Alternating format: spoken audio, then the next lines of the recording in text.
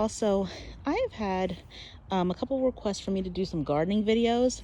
So I figure I would take this opportunity. I'm outside with my son to show you kind of what we're working with. So you'll probably hear car noises and baby noises, and also I have 3 big dogs, so you'll probably hear them. So this is to the right side of our house, and this area actually gets full sun.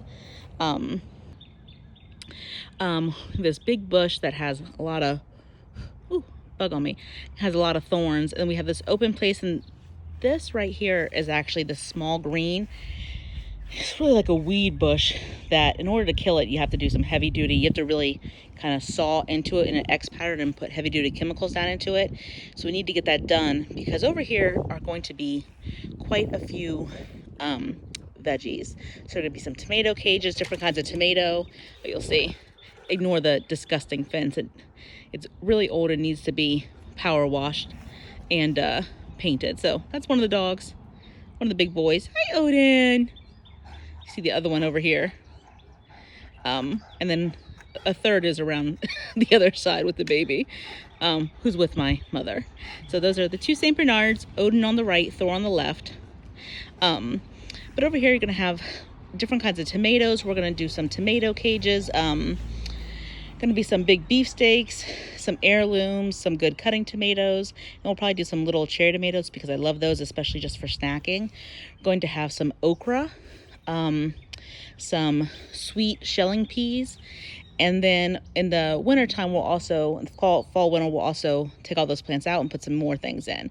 So I will leave a plan for what we're going to do, but I want to show you guys the space. So everything I just mentioned needs full sun. It needs good drainage, full sun. And during the warmer month, full sun really means at least 8 hours, but like 8 to 12 hours of full sun a day. And this garden bed right here gets it. We have another one of these plants that we don't know what they are. They're not azaleas, they're not rhododendron, but they have thorns. Really pretty blooms. We just don't know what they are. We have a little rose bush, another rose bush back there along the trellis. And all along in the front, along this edging, we're actually going to be doing some mulberry mix, which is a low ground cover. Oh, and you'll see, actually, there's a peony bush back there as well.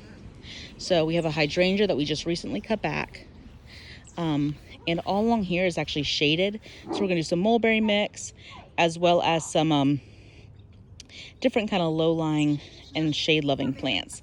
So you'll see this is all kind of one big garden bed, but different kinds of sun. So something to take into consideration when you're planting is different areas of even the same garden bed have different amounts of sun. So I will go around to the other side of the house and give you a shot of that. All right, so if you're looking at our house, on the left-hand side, we also have this large garden bed that wraps around to the laundry room.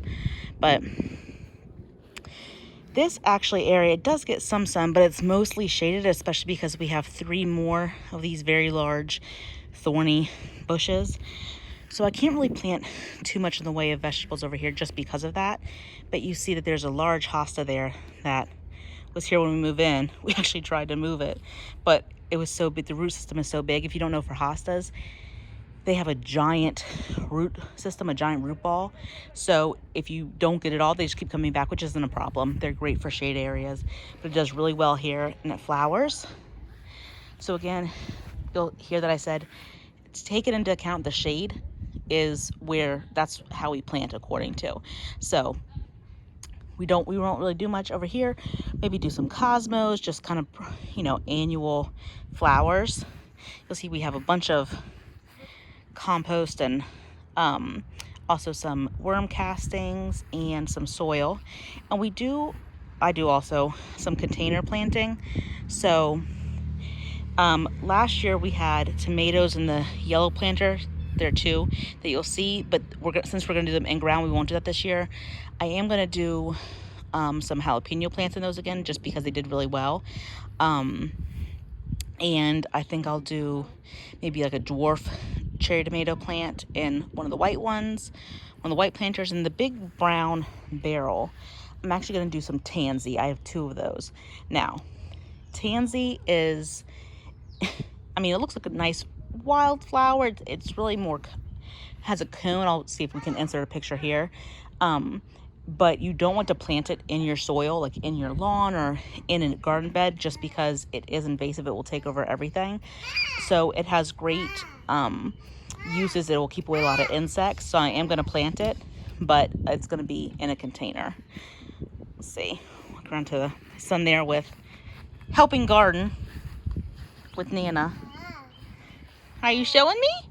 Did you water the plants? Good boy. So this little side bed, we have two, see if I can point there and there. There's the 2 lemon balm plants. We just planted them, but they're already doing really well. This also gets mostly shade. I will get kind of late afternoon sun. But I have, let's see, 1 and 2 lavender plants there. And then this is Italian oregano. I have, see if it'll focus. There you go. So see if I can fit 2 plants of those. And those actually overwintered. I don't know if you can hear me over the water. The lavender and the oregano, I didn't do anything to them. They just were there and they did all winter. They did kind of die back, but now they're coming back and doing fantastically. So now if you walk around to the left front side, you'll see also some things that were overwintered. So we have over here, we have sage, and when we have 2 rosemary bushes. In between the rosemary, so right there, you have tarragon, and then to the right, you have another sage. In here is where I do my bush green beans. So you don't need any trellising. You can put them on a stake just to help support them, but they do fantastically without. So this bird bath is going to be moving just because it somehow, I'm assuming probably in winter, it got some water in there and it froze, so it cracked. So that's going to be going to the trash. But there are going to be some dwarf green beans in this bed. I think it's going to be 3 bushes, and then also different kinds of chili plants. So we're going to have, I think, 2 of the Brapa Thai chili plants, and then also some Korean chili plants. We love chilies. They're amazing to freeze. Once you pick them, I just wash them, make sure to dry them off, slice them, and then put them in. You could do like in a plastic container, or you could do in a baggie and just freeze them, and they're perfect to use that way. Nice big hydrangea here. These hydrangeas were here when we moved in, and actually if we didn't cut them back, I think they were about 6 feet tall at least. So we've cut them back. They're doing fantastically. And we also put in some another 2 little sage. So it's like right here, and there's a little one right in here. But we just put those in not too long ago. So this is another one of the garden beds that gets full sun. You'll see it's about 3 here, and it's full sun, and it will be, especially in the summertime. So all of my heat-loving plants, or a lot of them, are going to go here. Anything that doesn't require staking. The tarragon it's a French plant, but it does really well in the heat. And the sage, and honestly, the sage, all of those 5 plants you see there actually were overwintered there. We didn't cut them back. We didn't do anything to them, and they've been perfectly fine. The rosemary you could use all winter here.